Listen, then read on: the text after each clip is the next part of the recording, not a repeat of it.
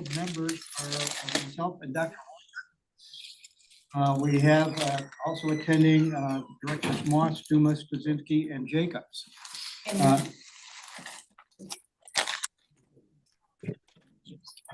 Jacobs and several staff members are as well, legal department and CEO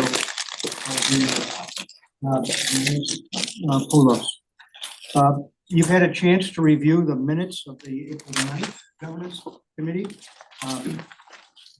Do I hear a motion to approve the minutes as drafted or any changes that may be required? Do I hear such a motion? So moved. Second. Moved and seconded, the minutes be adopted as drafted.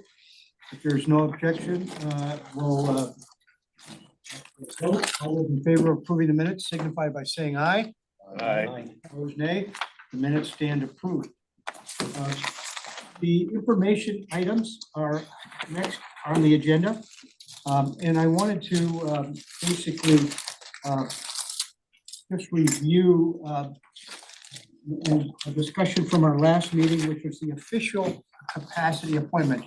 And this is covered in our minutes, but it's an important reminder because we actually have an action item today that's a consequence of the changes we made and recommended. As we remember, that Metro Health appoints employees and trustees to serve in official capacities on various local, state, and national boards, and including nonprofits as well. And these appointments in their official capacity are governed by ethical guidelines as determined by the state of Ohio. And most important, that there's no conflicts of interest between the appointee and the responsibilities in Metro Health. And as we discussed at our last meeting, the Ohio Ethics Commission relaxed some of the procedural issues and requirements that previously required the board of directors to take all action of these official appointments. And the new policy from the Ohio Ethics Commission allows this board to delegate to the CEO these appointments and thus streamlining the whole process with the understanding that the CEO reports to us, with the exception that when the CEO, his or herself, is actually the appointee, the board must take action to make the appointment.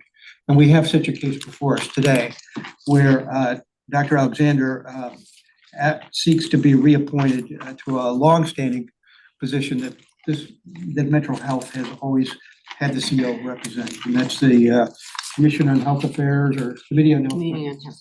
Community on Health Affairs. So we'll be taking action to recommend to the board at the conclusion of this meeting, Governance Committee, that we appoint Dr. Alexander to the Center for Health Affairs. Center for Health Affairs. And that item, assuming we make that appointment, will then go on to the consent agenda of the board meeting, which will be held later today. So this is a reminder of, from time to time, we're going to hear from Dr. Alexander for appointments, and then occasionally those circumstances where she is the appointee, and then we'll take appropriate action. Most of it will be information only, but again, in this instance, when the CEO is, we will take direct board action. And that's what we'll be considering later. Any questions on that change that we made? Any additions, James or Brendan? Okay. All righty. The second item on the agenda, we'll hear from James Wellens, Chief Legal Officer, regarding the restatement of the name of the Health Equity and Diversity Committee. Thank you, Mr. Chairman. The Health Equity and Diversity Committee, the Board of Trustees of the health system, is recommending that the board and the governance committee of the board approve the restating of the committee's name to the Population and Community Health Committee. The committee has operated under the name of the Health Equity and Diversity Committee, but now recommends restating the name to the Population and Community Health Committee. The purpose of the committee remains to promote and ensure compassionate and holistic care for all patients within the system and the communities it serves, by identifying and addressing health outcomes, developing strategies to improve health outcomes across all subgroups within the population that the system serves, and provides healthcare access and delivery for all. So at the end of the meeting, Mr. Chairman, there is a resolution to rename the committee. And my recollection from having attended the meeting where this was discussed with the population health, that they had a draft charter. And I have a copy in my hand, but was this a final version or is it, they still It's working on it? still in draft form, Mr. Chairman. We were going to review those in Q4. All right. So the charter will have further adjustments, but the name will be the name. The name will be the next. We'll be voting today on just the name. Any questions on that item? Again, we'll be voting at the end of this meeting. No, just a reassurance, and I've worked with the chairman of the committee. I'm in support of this with the idea that it doesn't really change any of the focus of what our mission or what we're doing. It's just to make sure everyone understands, stay away from words that people didn't understand and we're making assumptions on. We want to be clear. We're still just as dedicated as we always have been in our mission and our system to taking care of populations, and particularly identifying all kinds of issues in populations that need special attention, and that we will continue to do that, but we just wanted to make it crystal clear, so avoid unnecessary discussions. Yeah, good point. Thanks for making that clarity and statement. I think we all feel the same way. Yeah. Any further discussion? Again, we'll be voting on this at the end of today's meeting as a recommendation. I believe that also will go into the consent agenda. Correct. The third item is the board management software public bid update. So Tamika and Brendan, you want to take the lead on that? Sure. So, I don't remember the exact date, but in the last 4 weeks, we have had pull together a committee of members, myself, Veronica, Brendan, and members from our federally qualified healthcare center lookalike, some of their staff, and then staff from the foundation board and James to look at different softwares. We had four different vendors presented submitted to the RFP. We selected 2 to have interviews, and after that 2, we have a recommendation for you to later on in the meeting. And do you want to answer any other questions or add to that? Our recommendation and request for approval includes a confidential exhibit that outlines, identifies who our finalists were, put some parameters around our engagement. We also had representation from related entities. So we expect to have a broad use across system representatives of the selected pool. You mentioned the confidential addendum. So help me understand how we have an addendum which actually tells us all the work of this resolution. And the confidential addendum is simply lays out the parameters of the contract. of what the contract would be. Yeah, so including an ask for a not to exceed figure from a price perspective. So I guess I'm trying to sort out, our action today is to prove this with a confidential addendum, but at some point it's a contract and it's public, correct? And the approval that we would get today would allow us to go forward and enter into that contract. All right. Everybody square on that one? This is consistent, this is consistent with how we've taken other engagements before the board, like a strategic advisor engagement, where we've had a not to exceed figure, and then we will go and we will negotiate the best contract possible for the system. Right. In this case, you've already done the negotiation, correct? At this point, in this case, today, we're just We identifying have vendor not choice. negotiated All anyone. right, that makes, Get authorization first. I thought we'd No, already we have not. concluded this. All right, I get it. So the team selected someone. We want to have your approval. Yeah. Once you give us the approval, then Brendan and the other members of the team will then go ahead and start the negotiations I see, with well, them. that makes perfect sense. I get it. And the team selected more on the product delivery, cost, all of it, all the criteria? or- Everything was Okay. taken into account when the team selected the vendor of choice. All right, so we will be then considering this resolution that will authorize mental health to engage in those. With us specifically. Yet to be, yeah. finalists are in the confidential exhibit. Yeah, I saw that. All right, thank you. Last item on the information only is the board retreat, which is October 1st. And we had a really productive call, thanks to Tamika and Veronica, with basically the Governance Institute, Taylor Carlson and her teammates. They did a nice job identifying really board assessments. And we have two choices that they presented. And I'm going to be working particularly, I think, with Dr. Walker and the veteran members, John Moss. One assessment is really more of a sense, does the board understand its responsibilities?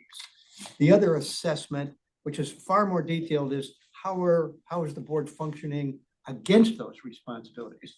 It strikes me with so many new members, of which I include myself as one, it would be more productive to make sure we understood the first question, what are our responsibilities and how do you think we're addressing them? Forget how good we are at it. That's a question for a more experienced board at a later date. So theoretically, we would ask ourselves, do we understand our job this year? And then next year, we would ask, how are we doing it? As I understand these. The first assessment, which is, do you understand your job, is 30 questions and 5 open-ended. Be a little easier for us. As I was reviewing the more complex one, how are we doing, 90 questions. Most of them That does it for me. I was NA. I don't know. I mean, Adam, you would be right there with me. I don't know. I just got here. I have no idea how we're doing. It strikes me that a little logic ought to be employed here, and maybe by just sharing what I did share with you, do you have sense that this makes sense, that we should just figure out what our job is first with this new board? I know just that we did some type of board assessment. It wasn't 90 questions. Yeah, it wasn't, and that was. Yeah, it was a shortened Yeah. something, I think, based on what had been done previously. I have no objections to what you're proposing. I support it. I would say that if we had a 90 question evaluation, we probably don't know what our job is, so. 90 questions is a lot of questions. And by the way, there is the capacity to customize this. Mhm. In which case we have a deadline of July 7th to put in the customized changes.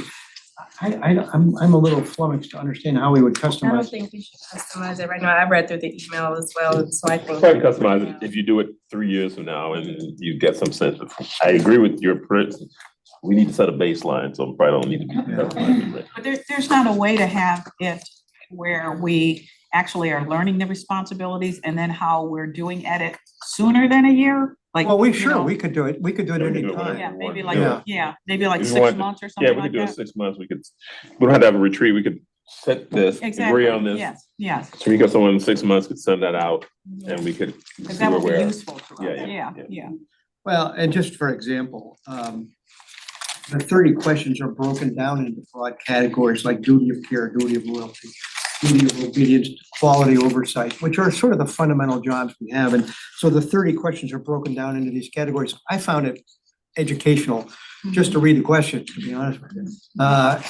And then, it asks very effective through ineffective or don't know. And it's highly likely, particularly with our 3 newest board members that don't know, will be also helpful to us to get some focus into where we should dedicate some of our conversation. All right, well, I think at this point then, we're heading towards not customizing this assessment, which will make it a lot easier. And we'll be taking the assessment probably in mid-July to mid-August, so that we have it in time for our retreat in October 1st. The other items that I have just as a checklist, besides the assessment and its results, bylaw discussion, particularly subcommittees and community members of committees. Our bylaws are sort of silent on this question. The bylaws say that we can have appropriate administrators and medical representatives to the committees. But it doesn't even say that they're members of Metro Health. It just says they're administrative and medical representative, administrative, I think presumption is it's mental health folks. But the point is, the bylaws are a little silent on expanding it. And I know that the Population Health Committee at their meeting identified that there were subgroups that they wanted to reach out to. That they would consider having ad hoc subcommittees to deal with particular questions or subsets of the population that we address, which made perfect sense to me, bringing expertise in as needed. And that's not really identified in our bylaws as to how we would do that. My thought was to Nancy Mendez of that committee and John Moss with some potential candidates there is we would engage a couple of these folks and learn from the experience of how we need to shape the bylaws. We could speculate and we could create the capacity, but let's experience inform maybe more specifically how we might want to change our ruling documents. And so we'll be talking about from now until October, how we want to gain this experience and then shape the inclusion of broader communities. One thing's clear though, any non-trustee will not have a vote. They could vote advisory, but it will not be counted as a vote. And then there's the question of their inclusion in executive committee Right, exactly. and confidentiality. And I think that's an interesting question. And the third broader subject is who are these folks that we're considering and what's the appointment process? And how can we make sure that's a fair and open process and not one that shows favoritism or bias in the process? So we've got those questions before us. And they're all good questions and meaty, in my opinion. So we'll be working through those issues. We have the CEO reappointment, although that may be concluded by the time we meet in October. And we have questions. Too optimistic. Pardon? Aren't you optimistic? We have the time commitment as board members in terms of the demands and how we can do our best to manage that and work together.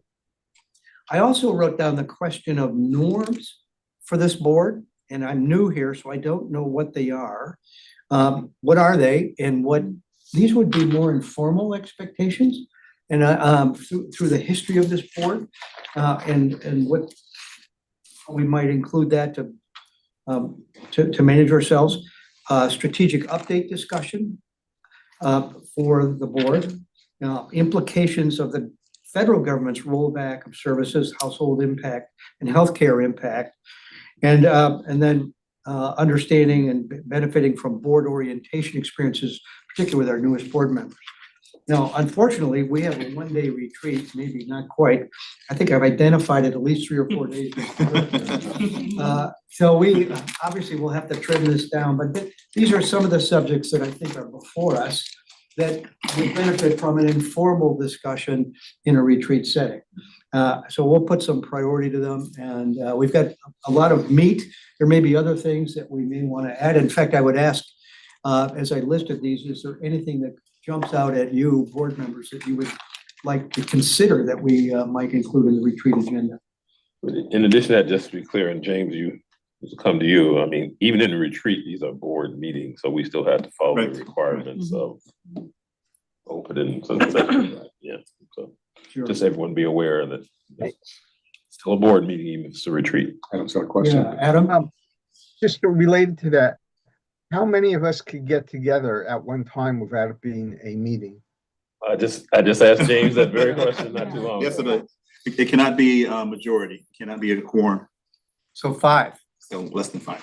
so less than 5. Does that count as a committee though? Is that different? Yeah, the committee is different, you're correct, it's based on Dr. Walker has met the board. It's based on the size of the committee or the board. So for example, on our audit committee, we have how many board members? 4 board members, so you couldn't meet with one. One was out. You can mute yourself. So you look at the mirror, forget it. We consider it a quorum or 2 considered? It can't be the majority, it can't be so Well, 2 quorum, is- 2 was- She can meet with one other person. 2, She can meet with one other person. can't be with one person, yeah. Yeah, so James? the governance has 2 members. Oh, sorry, yeah, this is a great question. Well, Go ahead. I'm sorry, just I'll lie to that. So if 4 board members got together, could Chrissy be with us? Four board members do not constitute a quorum and could meet Could be, without yeah. creating. You wanna know if you add Chrissy to the mix, does that change the? No, Chrissy's No. Chrissy's not a That's board what member. he's asking. Oh, yeah, no, Dr. Alexander's not a board member. She's not an ex officio board member? No, No, you don't have that. not on this board, nope. Okay. Sorry. So Chrissy. governance has two members. Right, well, I guess you and I can never talk. You guys can't talk to yourselves. It's on governance. So, did we get mine on governance? I thought it was on governance. Yeah, John's on government. Oh, John's on government? So it's three, so, Oh, okay. all right. Well, that. Yeah, because I asked John, thank you, John, I asked John, I moved John to governance, he was kind enough to do it for me, because. Happy. Okay, that's helpful. And I mean, I don't know if I may not have communicated that to you, so. You can probably blame- did. You can blame me on that one. No, I don't need to do don't worry about that. But I think, I just want to be clear, because we are on public session right now. You can't, if you are meeting, it can't be about a certain topic. You can't be making decisions. when you're- Correct. Right. We can discuss, but we can't. That's correct. You Nah, can't make decisions Can't without make quorum decisions. anyway. yeah, Or do a But- straw vote? you can't do like that little Or do straw votes. straw votes. You Straw can't votes. do that. I Can't just want get to be together and say, clear okay, we're publicly. all in agreement, so we're gonna do X. No, we can't do that. All right. No. That's a good point. Been Good told reminder. that. Thank you. Good question.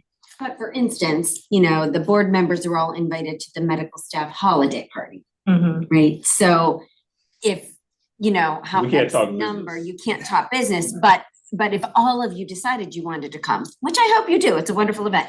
But if all of you decided to come, you could come, but just not discuss any official business. You Yeah. could come, enjoy the dinner And talk about your families. and talk about your family, Correct. et cetera. So they can But if be you present. Put us into a room and wanted to talk about revenue cycle, no. Right, No, right, absolutely right. not. But any other event, as long as we're not talking business, is I think we have to, You're and I'm gonna put some clarity around that, what the correct. definition of discussing business, because I've never been at a holiday party where people have not somewhat discussed business. You can't make any decisions.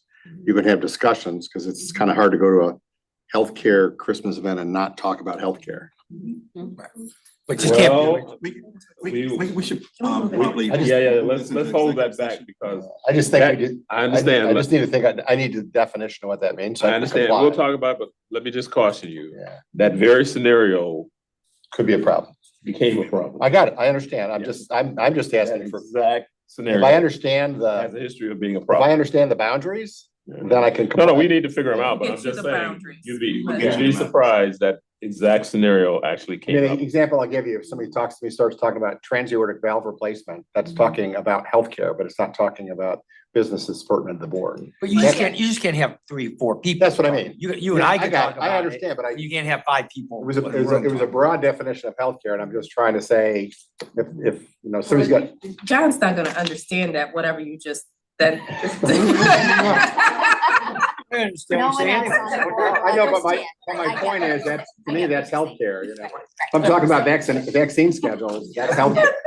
So I'm just saying, I can't discuss anything that would be perceived as my board role. Let's not assume what John will understand. I assume John would That's understand. That's what I'm looking for clarity. Yeah, Because then it's like, okay, gotta talk about the Browns, and I'm not sure I wanna talk about the Browns next year, so. No, these are important questions. Just as an FYI, we do provide the TV for the football playoffs.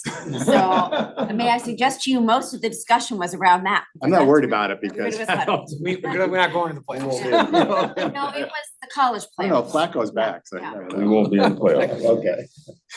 All right, great points. And we'll continue to. Sorry, learn. Adam. And by the way, I would argue that conversation falls under the term of norms.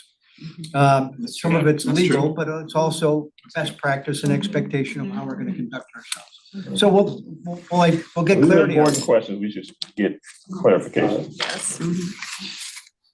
Next item on our agenda are future subjects, which would include the following: review of Board of Trustee policies. We identified one just today. 09 CEO expenses that possibly could be improved or clarified.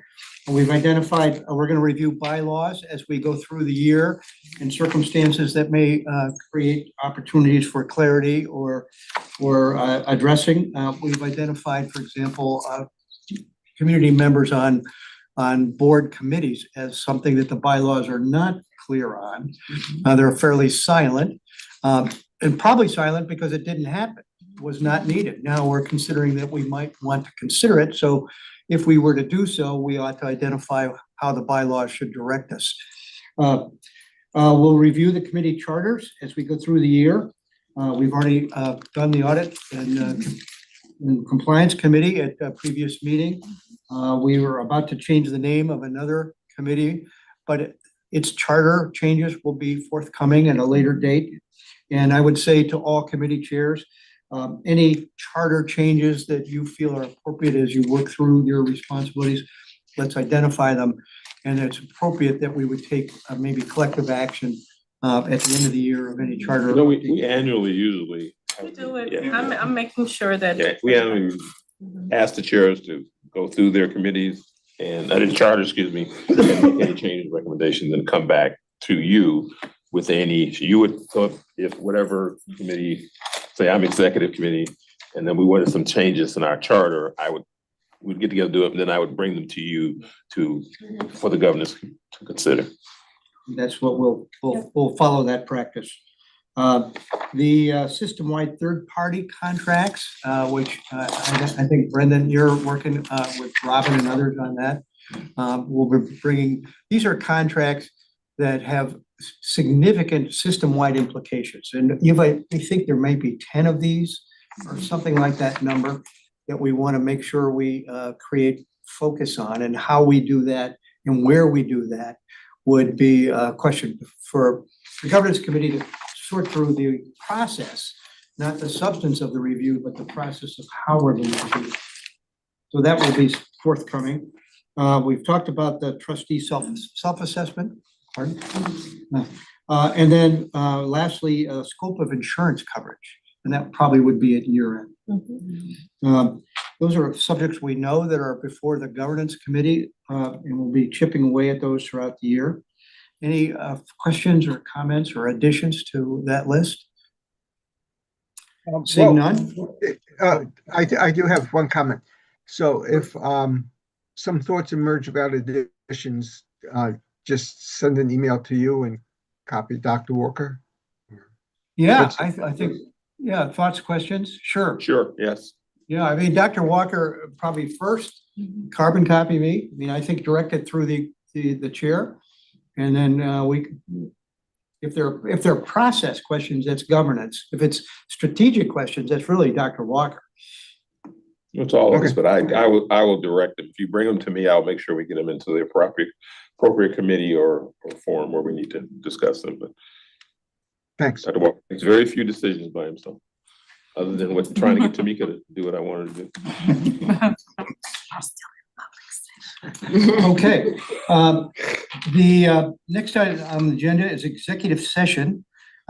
So we are now going to move into executive session, discuss hospital trade secrets as defined by Ohio Revised Code 1333.61, and to consider the appointment, employment, dismissal, discipline, promotion, demotion, or compensation of a public employee, or the investigation of charges or complaints against a public official, and to conference with the public body's attorneys to discuss disputes involving the public body that are subject of pending or imminent court action as defined by Ohio Revised Code 121.22 subset G. Do I have a motion to recess into executive session to discuss these matters? So moved. Moved by Dr. Walker. Is there a second? Second. Second by John Moss. I will now call the roll. All those in favor say aye. Arnold, not here. John Corlette's not here. Director Dumas? Yeah. Aye. Lula's not here. Adam Jacobs? Aye. Yes, aye. Aye. Nancy is not here. John Moss? Yes. I vote aye, and we have Harry Walker, but your name's not on the list. Yes. Ron D? Yes. Okay. Added it to the list. So we are now in executive session. Give them a minute. Cut over.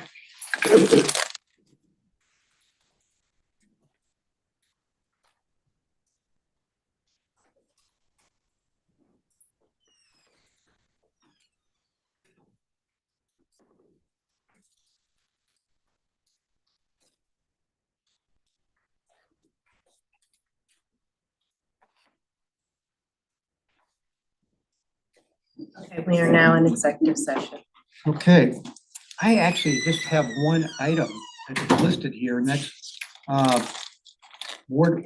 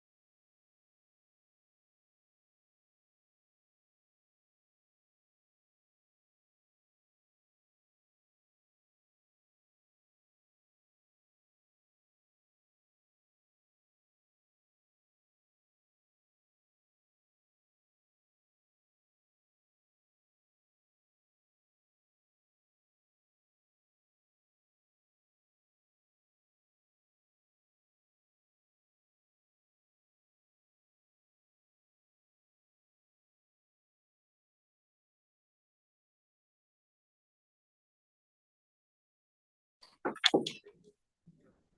for Mr. Katz, Dr. Adams to come back on. We are back in public session. All right, welcome, public.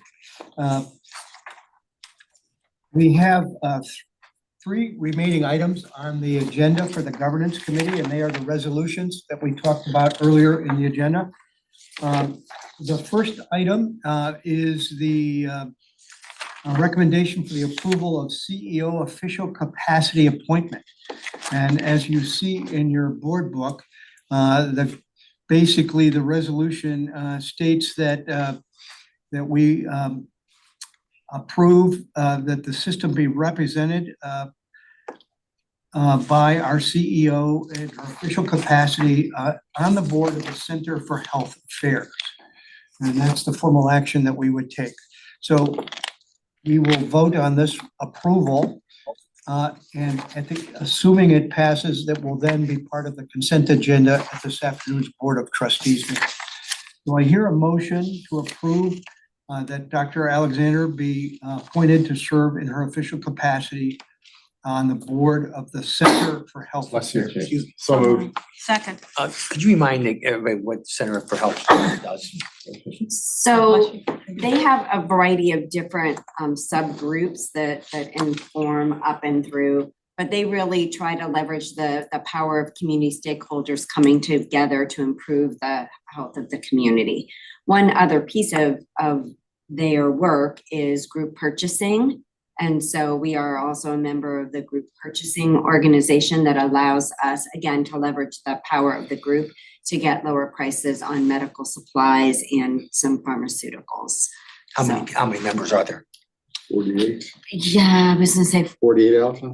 48 board members? Yeah, No, so. 48 institutions. So, Yeah, go ahead, but the board, but the GPO entity is called CHAMPS, it has yeah, its own board. It has its own board. That's separate. So the Center for Health Affairs is actually Northeast Ohio's hospital association. So it's represented a lot of the hospital systems here.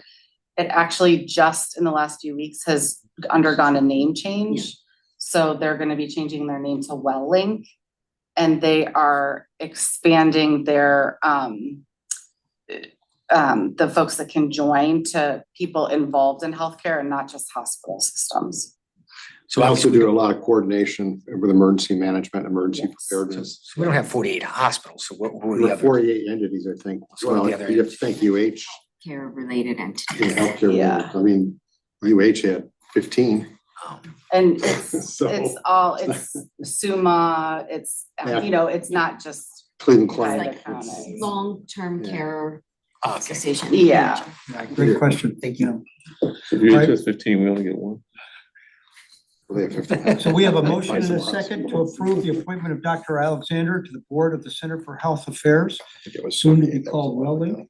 It's not that close. All those in favor of this appointment signify by saying aye. Aye. Opposed, nay. Ayes have it, and you stand appointed. Congratulations. More work for you to do. That's what I was looking for. The next resolution deals with the name change of the previously named Health Equity and Diversity Committee to be named the Population Community Health Population. Committee, Mr. Chairman. Community Health. Thank you. Do I hear a motion to approve this name change? So moved. Second. Moved and seconded that the Health Equity and Diversity Committee be changed, name be changed to the Population Community Health Committee. Any discussion on this item? Seeing none, all those in favor signify by saying aye. Aye. Opposed, nay. The ayes have it, and the motion carries. And the last item deals with the recommendation to engage in negotiations with a vendor to basically provide services regarding board management software. You have the attachment A, which identifies the potential negotiating parties. And you have some details there, but the details of the contract is yet to be identified and approved. So what we're authorizing here is that are representatives. I presume Brendan, you will be the lead, Brendan Sorg, attorney, to negotiate the successful conclusion that will hire this vendor. Do I hear a motion to approve this resolution to begin this negotiation? Do I hear a motion to approve this? So moved. So moved. Second. Second. It's been moved and seconded to approve the resolution to begin to negotiate and select and finalize arrangements for a board management software. All those in favor of this resolution signify by saying aye. Aye. Opposed, nay. Ayes have it, the motion carries, and that too will be on the consent agenda at this afternoon's board meeting. And I believe that concludes the business before the governance committee. Today. 59, congratulations. So if there's no objection, this committee stands adjourned. Very good, Mr. Chairman, right on time. Wow. John, there's Well, you know, this is- 37 members left on that board. This is a So you committee that's think not like very Bedford popular, not closed, anybody Richmond knows. closed, that